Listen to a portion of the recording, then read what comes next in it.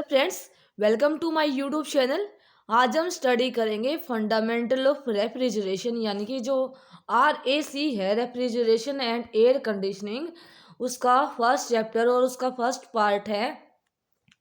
अगर आपको refrigeration and air conditioning करना है तो आप मेरी प्लेलिस्ट को चेकआउट कर लेना। वीडियोस आपको अप टू डेट मिलती रहेंगी रेगुलरली।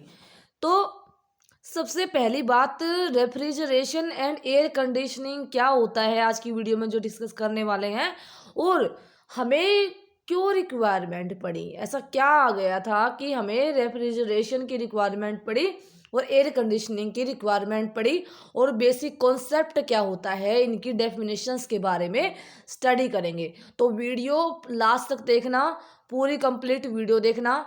और अगर आपको वीडियो पसंद आती है तो हमारे चैनल को सपोर्ट कर सकते हैं। और बाकी सब्जेक्ट की भी प्लेलिस्ट बनी हुई है, आप चेक कर सकते हैं प्लेलिस्ट सेक्शन में जाके।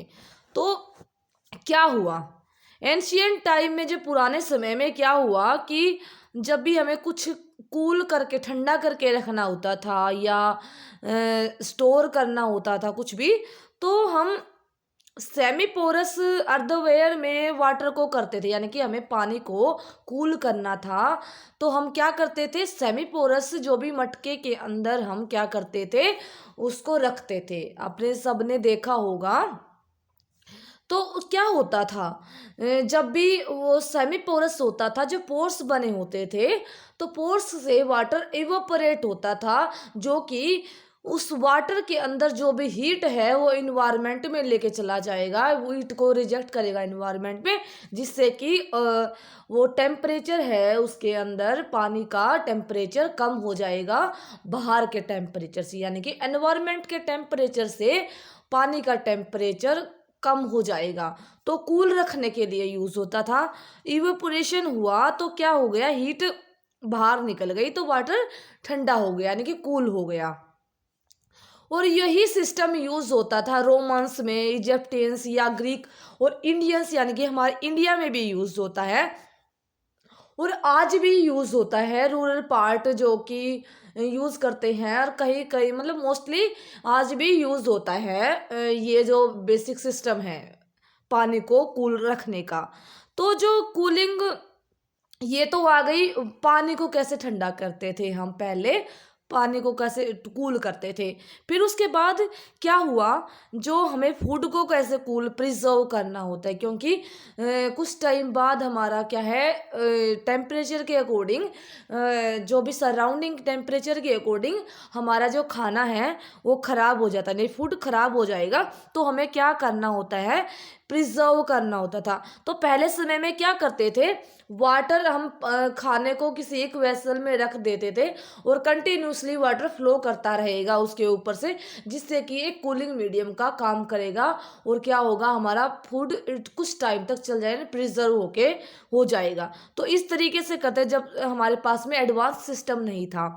फिर उसके बाद क्या हुआ, जो हमारे माउंटेन्स हो गए, पहाड़ हो गए, तो वहाँ पे बर्फ़ होती, स्नो होती है, तो हम क्या करते हैं, तो आइस का इकट्ठा कर लेते हैं। आइस को इकट्ठा करने के बाद क्या करते हैं, हम उसको स्टोर करते हैं, यानी कि स्टोर करते हैं कि उसमें, और उसके ऊपर हम ऐसा सिस्टम बना देते हैं ताकि उसकी हीट रिजेक्ट ना हो और काफ़ी टाइम तक वो चल पाए। तो इस तरीके से आइस को हम स्टोर करके, और उसके ऊपर हम इस तरीके से इंसुलेटेड बिल्डिंग का काम, मतलब हम उसको प्रिजर्व करने के लिए, जो ब्रेवरीज हो गई या पार्चमेंट हो गए या फूड प्रिजर्वेशन के लिए भी हम यूज़ करते थे। और कुछ इस तरीके से बिल्डिंग को कूल करने के लिए, जैसे कि हम एयर कंडीशनिंग, आज एयर कंडीशन यूज़ कर लेते हैं, तो पहले हम क्या करते थे, कुछ ऐसे इंसुलेशन प्रोवाइड करते थे बिल्डिंग के अंदर, जो कि हमें कूल रखने का काम करते थे। तो कहने का मतलब ये है कि जो टेम्परेचर है, सराउंडिंग टेम्परेचर से हमें कम टेम्परेचर रखना है, यानी कि जो स्पेस है उसमें कम टेम्परेचर रखना है, खाना है उसका कम टेम्परेचर रखना, फूड का कम टेम्परेचर रखना। तो उसके लिए हम क्या क्या मेथड्स अप्लाई करते थे, पहले अप्लाई करते थे। तो जब 19th सेंचुरी आई, 19वीं शताब्दी के दौरान क्या हुआ, आइस बॉक्स आए। आइस बॉक्स यूज़ करने लगे हम, आइस के बने हुए नेचुरल जो आइस होती है जो कि स्नोफॉल के रूप में माउंटेन्स पर गिरती है, तो हम उनका यूज़ करने लग गए। और उसके एफर्ट से क्या हुआ, जो भी हमारा 19th सेंचुरी में जब भी हमने जब 18th सेंचुरी के उस दौरान भी हमने कुछ यूज़ किया था डिवाइसेस को, जो कि हम यूज़ कर रहे थे नेचुरल आइस को। तो इस तरीके से जो क्या हुआ, डेवलपमेंट हुआ और हम इस तरीके से यूज़ करते रहे पहले के तरीकों को।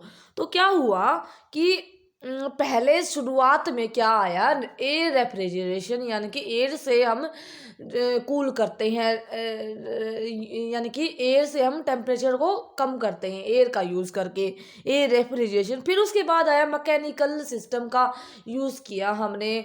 तो मैकेनिकल सिस्टम के भी मतलब इस तरीके से ये बढ़ता गया, मैकेनिकल सिस्टम भी क्या हुआ, यूज़ होता रहा कुछ टाइम तक।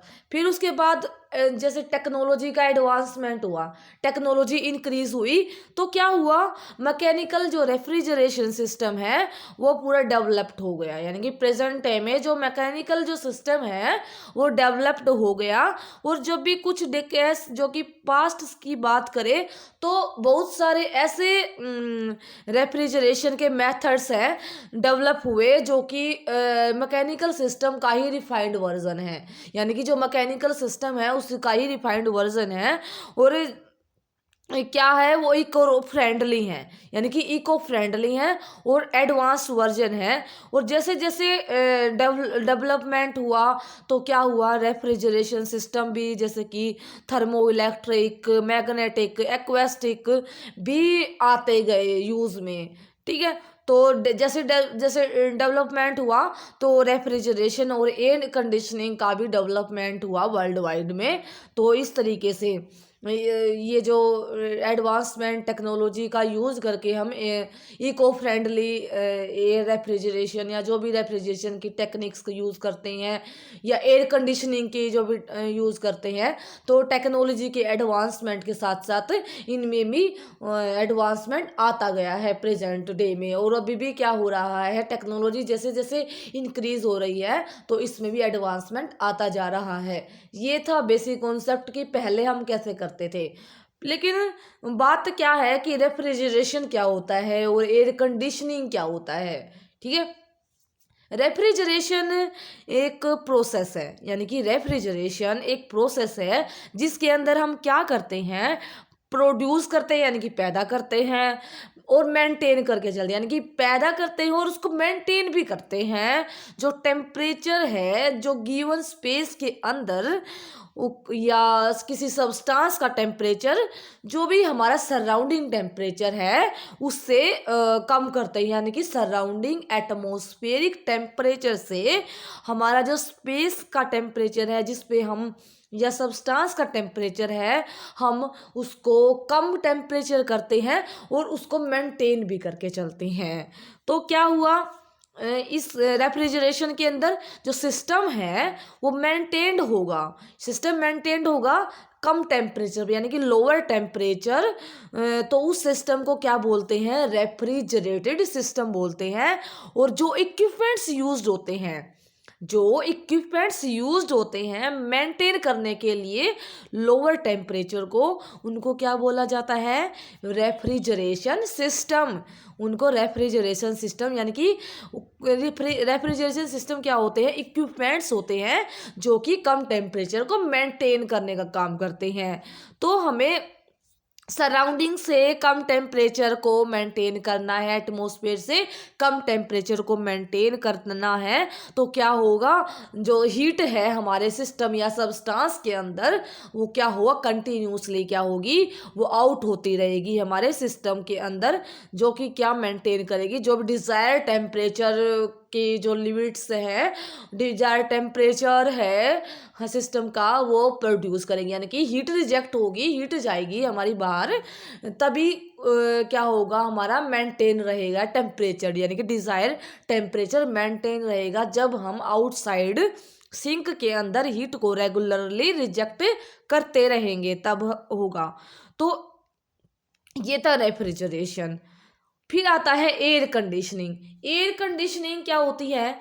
एयर कंडीशनिंग वो प्रोसेस होती है जिसके द्वारा टेम्परेचर यानी कि टेम्परेचर तापमान, ह्यूमिडिटी ह्यूमिडिटी और जो flow and purity of the air, यानी कि ह्यूमिडिटी के साथ टेम्परेचर के साथ साथ ह्यूमिडिटी और एयर का फ्लो और कितना प्योर है एयर, यानी कि प्योरिटी शुद्धता एयर की भी कंट्रोल करी जाती हैं साइमल्टेनियसली। यानी कि टेम्परेचर को तो हम करते ही करते हैं, साथ में क्या ह्यूमिडिटी एयर की कितनी प्योरिटी है, क्या कंडीशंस है एयर की, उसको भी कंट्रोल करते हैं। यानी कि रेफ्रिजरेशन में तो क्या हुआ, हमने टेम्परेचर को कम किया है, लेकिन एयर कंडीशनिंग में हम क्या करते हैं, ह्यूमिडिटी को, प्योरिटी ऑफ एयर को भी चेक करते हैं और उसको फ्लो करते हैं रेस्पेक्टिव स्पेस के अंदर, जो कि आउटसाइड टेम्परेचर से कम तो रहेगा ही रहेगा। तो एयर कंडीशनिंग भी दो टाइप्स की होती है। कैसे? कंफर्ट एयर कंडीशनिंग और industrial air conditioning. Comfort air conditioning क्या करती है, इसमें क्या करते हैं, जो कि हमें जो ह्यूमंस को कंफर्ट प्रोवाइड करे, ठीक है। तो उसके लिए क्या है, टेम्परेचर ह्यूमिडिटी तो कंट्रोल होगा ही होगा, साथ में क्या होगा, नॉइज़ करने वाले जो भी इक्विपमेंट्स हैं हम उनको ऐसे यूज़ करेंगे नॉइज़ कम से कम हो, यानी कि नॉइज़ कंट्रोल भी हो उसके अंदर। और जो इंडस्ट्रियल एयर कंडीशनिंग है उसमें क्या है, हम ऐसा प्रोडक्शन एनवायरनमेंट बनाएंगे जो कि कमर्शियली प्रोडक्ट बनाए, जो भी हमारी प्रोसेस है लेबोरेटरीज में यूज़ होता है, कमर्शियल प्रोडक्ट बनाने के लिए यूज़ होता है, तो जो भी इंडस्ट्रीज में यूज़ होने वाला जो एयर कंडीशनिंग है। तो ये था आज का डिस्कशन। आई थिंक आपको हेल्पफुल लगा होगा। अगर आपको वीडियो हेल्पफुल लगी है, आपको बेनिफिट हुआ है इस वीडियो से, तो आप वीडियो को लाइक, शेयर एंड चैनल को सब्सक्राइब कर सकते हैं। और बाकी की वीडियोस पाने के लिए आप प्लेलिस्ट को चेक कर ले सकते हैं। और जो प्लेलिस्ट को चेक करोगे तो उसमें बाकी सब्जेक्ट भी अवेलेबल है। तो अगर आपको प्री और वीडियोस देखनी है या कमिंग वीडियोस चाहिए तो आप चैनल को सपोर्ट कर सकते हैं, सब्सक्राइब कर सकते हैं चैनल को। Thank you, have a nice day.